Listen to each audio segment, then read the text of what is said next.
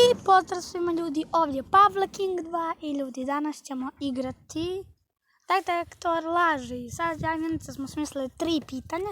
Ja pitam 3 pitanja Milica, ona njima da stavi ovdje otisak prsta ili ja.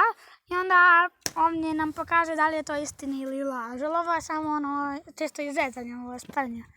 Ako, da. A ova Milica je ovdje moja sestra. Ovdje moja sestra. Znači, Milica je moja sestra, samo da se ne bi čudili ko je.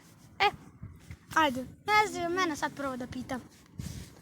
Samo malo glasnije, Milica, da te čuju. Sad ćemo da vidimo. Aha, da li si ti ikad rekao ružnu riječ svojoj učiteljici? Ne, nikad. Samo za Pusti. Stani, mogu ja da pustim kad ja hoću. Dobro. Ajde, sad drugo pitanje. Sljedeće pitanje. Da li voliš svoje drugove? Da, volim. Ajde, samo na mene. Sada me zezne. Dosta. Stani, pa ja mogu da pustim kad ja hoću. Da, pusti. Ajde. Da li si ikad došamario djevojčicu? Ne, nikad. Ne.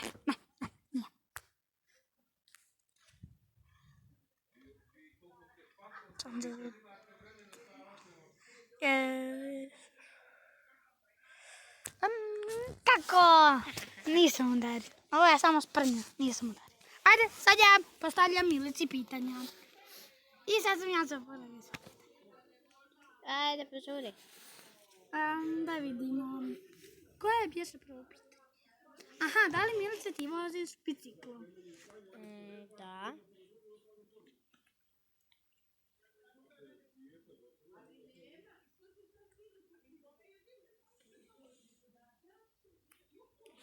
Istina.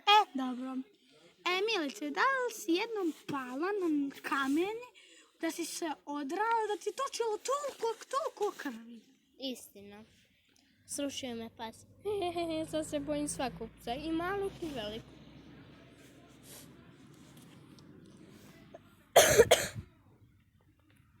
Istina. I da li te jednom neki pas ugrizao? Ne. Normalno.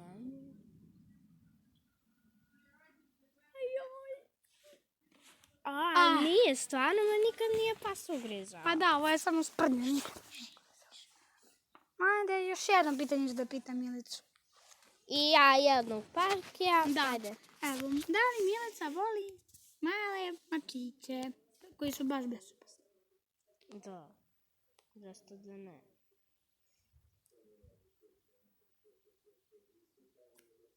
Laž, kako ja obožavam male mačiće. Ajde, sad će Milica da mene pita još samo jedno pitanje. Da li si ikad polizao bebu? Ne, nikad. Samo ja mislim da smo prehlađeni, pa za to kašljemo.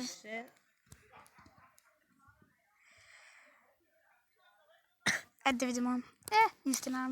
I ljudi, to bi bilo to. Zašto sam sad pritisnuo? I to bi bilo to što se tiče ovoga videa. Hvala vam što ste ga gledali. A ako ste uživali, stavite like, share, subscribe. I mi se vidimo u sljedećem videu.